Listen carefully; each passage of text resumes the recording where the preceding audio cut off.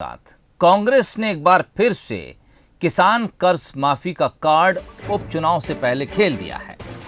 कर्ज माफी को लेकर कांग्रेस का एक बड़ा दावा सामने आया है और यह दावा पूर्व कृषि मंत्री सचिन यादव का है। उन्होंने कहा है कि मध्य प्रदेश में एक बार फिर से कर्ज माफी होगी। कांग्रेस की सरकार बनते ही अधूरी कर्ज माफी की प्रक्रिया शुरू कर दी जाएगी। उन्होंने यह भी कहा कि सरकार गिरने से किसानों की कर्ज माफी का काम प्रभावित हुआ था। 27 सीटों पर चुनाव जीतकर कांग्रेस अपना वचन निभाएगी। दरअसल कर्ज माफी का मुद्दा ही वो मुद्दा था जिस पर 2018 में कांग्रेस ने सत्ता हासिल की थी। और जिस प्रकार का आक्रोश भारतीय जनता पार्टी को लेकर के जनता के बीच में है, निश्चित रूप से हमें पूर्ण उम्मीद है कि हम पूरी 27 की 27 सीटें हम लोग जीतेंगे और सरकार बनने के बाद दोबारा हम हमारे जो किसान साथियों को हमने जो वचन दिया था उस वचन को पूरा करने की दिशा में हम लोग आगे बढ़े। ये वो बयान है पूर्व कृषि मंत्री सचिन यादव का। वासु चौरे इस वक्त हमारे संवाददाता हमारे साथ जुड़ गए। वासु, दरअसल ये वही ट्रम्प कार्ड है जो 2018 में कांग्रेस को सत्ता तक ले आया था, अधूरा है और एक बार फिर से वादा कांग्रेस ने फेंका है।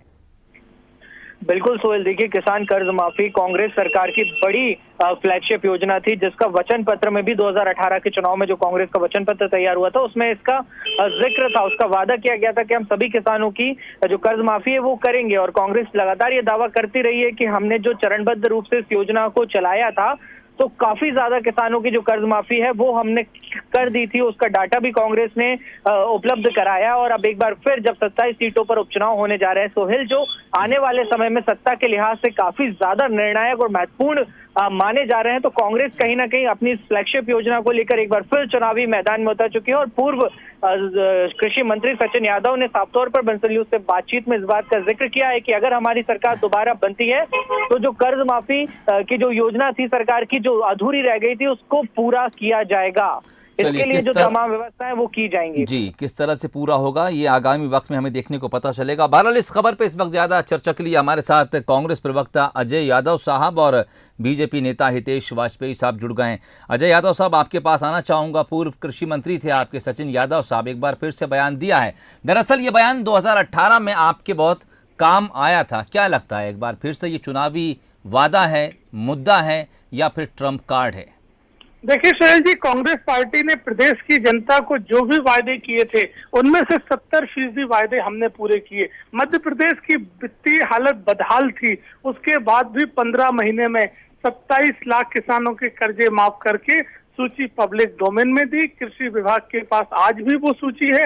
भाजपा के नेताओं को हमेशा चुनौती देते हैं कि आप हमारे ऊपर श्वेत पत्र लाइए और कार्यवाही करिए अगर कर्जा माफ ना हुआ हो। 3 दिन पहले कृषि मंत्री कमल पटेल ने स्वयं स्वीकार कर लिया कि झाबुआ में तो 2 लाख तक के भी कर्जे माफ हुए हैं। तो पुष्टि हो गई कि कांग्रेस पार्टी ने अपना वायदा पूरा किया। अगर सरकार नहीं गिराई होती तो अभी तक आगामी 5-6 महीने में हमने सभी किसानों के कर्जे माफ कर दिए होते, लेकिन 5 महीने में सरकार आने के बाद इनने एक भी किसान का कर्जा माफ नहीं किया, एक भी अतिथि शिक्षक को नियमित नहीं किया।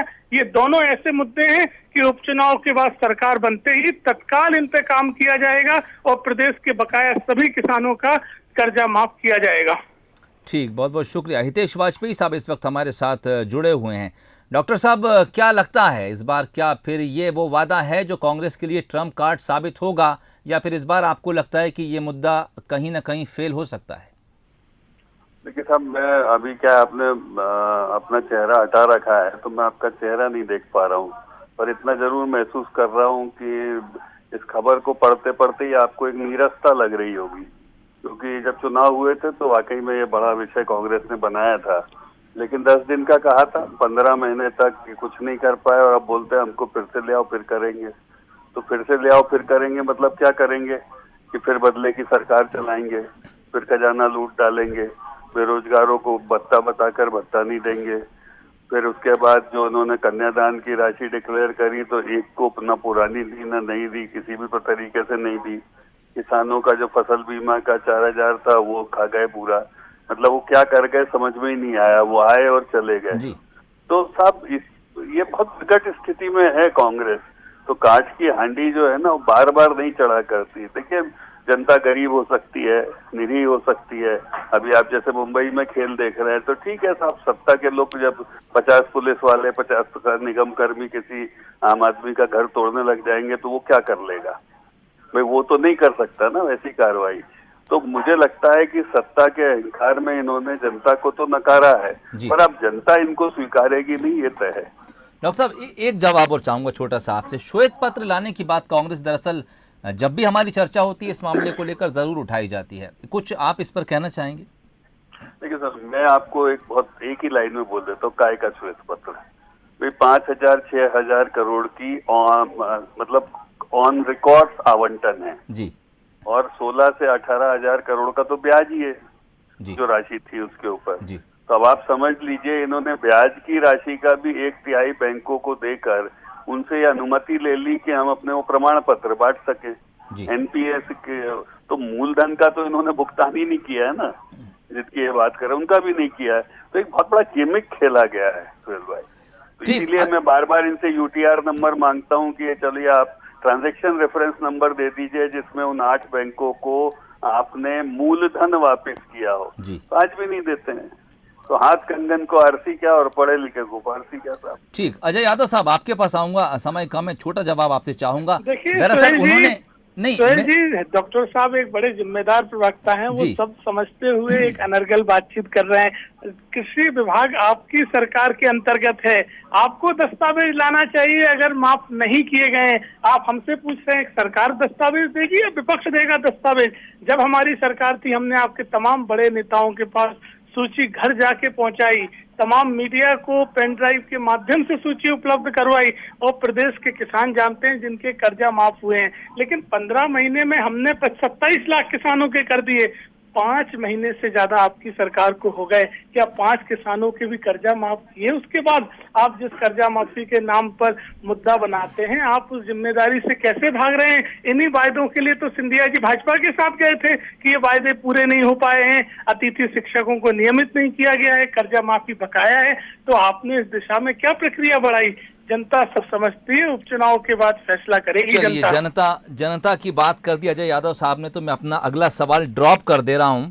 और अगर कर्ज माफी हुई है तो यकीनन उन किसानों को पता होगा कि उनका कर्ज माफ हुआ है, और अगर नहीं हुई है तो भी उन किसानों को ये पता होगा कि उनका कर्जा माफ नहीं हुआ है। तो फिर हमें कुछ और इंतजार करना होगा। बहरहाल अजय यादव साहब और हितेश वाजपेयी साहब, आप दोनों का बहुत बहुत शुक्रिया हमसे बातचीत के लिए। आगामी उपचुनाव में जो दावा कांग्रेस की तरफ से 27 सीटें जीतने का, देखना होगा कितनी हकीकत उनमें नजर आती है नतीजों के बाद। वहीं बीजेपी जो इस वक्त सत्ता में मौजूद है उसका भी ये कहना है कि हम सत्ता का ये टर्म पूरा करेंगे। ये भी उपचुनाव के बाद पता चल जाएगा। आखिरी फैसला वोटर करेगा, उसका इंतजार करना होगा।